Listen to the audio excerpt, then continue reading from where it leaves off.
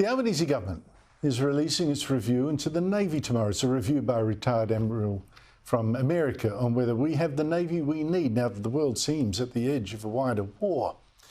Joining me is the country's top foreign affairs writer, Greg Sheridan of the Australian newspaper. Greg, some details have already been leaked about what this review will tomorrow say.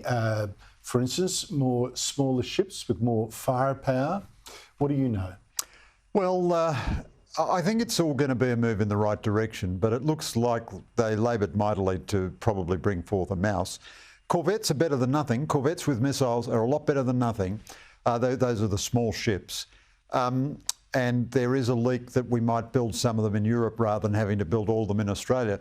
But look, honestly, if they don't come within the forward estimates period, the next 4 years, they're pretty meaningless. Never, never. Yeah, and also they're not enough to solve the problem. I mean, they're small ships. They're smaller than the Anzac frigate. It's better to have them than to have nothing. But we're still going to persist with these ridiculous Hunter frigates, which we don't get till 2033, and which only have 32 vertical launch cells, and which weigh 10,000 tonnes. I mean, they're the most cumbersome so-called frigate in the world. The government, it looks like, doesn't have the courage to scrap that and build, you know, Arleigh Burke destroyers or some equivalent with 115 vertical launch cells. But I think it's so ashamed of its performance that it's going to do something. Now, there might even be a rumour, though, that what tiny little bit it's going to do doesn't come within the next forward estimates, because if it hasn't chosen a shipbuilder, that means it'll have a tender process, and that'll go on for the next 100 years. We saw that with the submarines. We see it with so much, Greg. I mean, both sides of politics are much better at cancelling contracts than actually seeing them to fruition. It's just so extraordinary. Now, to something really sick, it really depressed me on the weekend, and very disturbing. You know, there are people on the far right, like journalist Tucker Carlson, who suck up to Russian President Vladimir Putin, ignoring how he's killed so many of his critics, journalists and whatever, and businessmen and all that, who somehow mysteriously jump out of windows or fall, you know, their plane falls from the sky or they get poisoned or something. Well, the latest is Alexei Navalny, the Russian opposition leader, found dead in jail. They'd sent him to Siberia because he hadn't contacted police after Russian Secret Service actually poisoned his underpants, of all things, nearly killed the man. And now Russian police are arresting people for laying flowers for this guy. What do you mean? What do you make of all this? Well, Andrew, we should pause and salute the courage of Alexei Navalny. Insane courage. If freedom is to live, it needs people like Navalny who put freedom above even his own life. The temptation when he was evacuated to Germany for medical treatment to have an honourable life in exile, look after his beautiful wife and his nice kids. But there was this magnificent courage. It tells me two things about Putin. One is that he wants to terrify his opponents. This is a very deliberate killing. But the other You're thing sure is, it's a murder?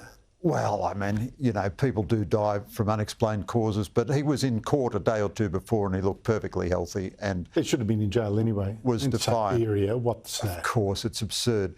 And it was like the poisoning of the Skripals in Salisbury. The Russians didn't really try to hide it. So Putin says he didn't do it, but he doesn't try to hide the fact that he did do it. Now, I think, without getting too sort of theoretical about this is straight out of George Orwell's 1984. Putin is really a classical communist, even more than a czar. And he believes that you can bend reality through power. So he asserts a new reality. He asserts the reality. Navalny died of natural causes. Skripal wasn't poisoned by us, even though he's laughing at you. And Laughing, yes. He's telling you a lie, but he wants to terrify you to the point where you go along with his new reality. Now, why on earth there are people in the West who call themselves conservatives who find something to admire? Thought, not conservatives now, but Fruit Loop right-wingers. Tucker Carlson of Fox News, thank God we sacked this guy, went and did that interview a couple of weeks ago with Putin, didn't once ask him about Navalny or any of the other people that Putin's had killed. And a journalist, a couple of days before Navalny was murdered or died, asked Tucker Carlson, why didn't you mention Navalny in this interview 2 hours with Putin? This is his disgusting answer. And by the way, Tucker Carlson's reputation now surely is totally shredded. Listen to this. Every leader kills people, including my leader. Every leader kills people. Some kill more than others. Leadership requires killing people, sorry. That's why I wouldn't want to be a leader. That press restriction is universal in the United States. I know because I've lived it. So that's why I didn't ask about Navalny, because leaders kill people. I mean, it's grotesque. It's grotesque. Tucker Carlson has a high native intelligence, but he now believes grotesquely unbelievable things. And the right, like him, the far right or the crazy right or the conspiracy right, has become like the left of the 1920s and 30s. Internet right. Yeah, the last guy, the last famous journalist who was such an apologist for Russian murderous dictatorship was Walter Duranty of the New York Times in the 1920s. Like Ukrainian famine. Yeah, he said there was no Ukrainian famine. And what Tucker Carlson has just done then is said there is no difference between liberal democracy in the West and Putin's dictatorship. On that point, there is a point. How much better is the US? I mean, they don't kill people, but Democrat prosecutors and judges there have done their best to put Donald Trump away in jail before the election or make him broke. He faces 91 criminal charges, and a judge, a Democrat donor, last week ordered him to pay an obscene amount of money, more than $500 million Australian, for inflating the value of his properties to get finance. No one was hurt, the loans were repaid, no losses. How can a fine that size be justified other than this is an attempt to get you out of, knock you out of the race to become president? Yeah, I think you're absolutely right, Andrew. So I don't care for Trump, I don't care for Biden. But I've written many times that these prosecutions of Trump are a clear abuse of process.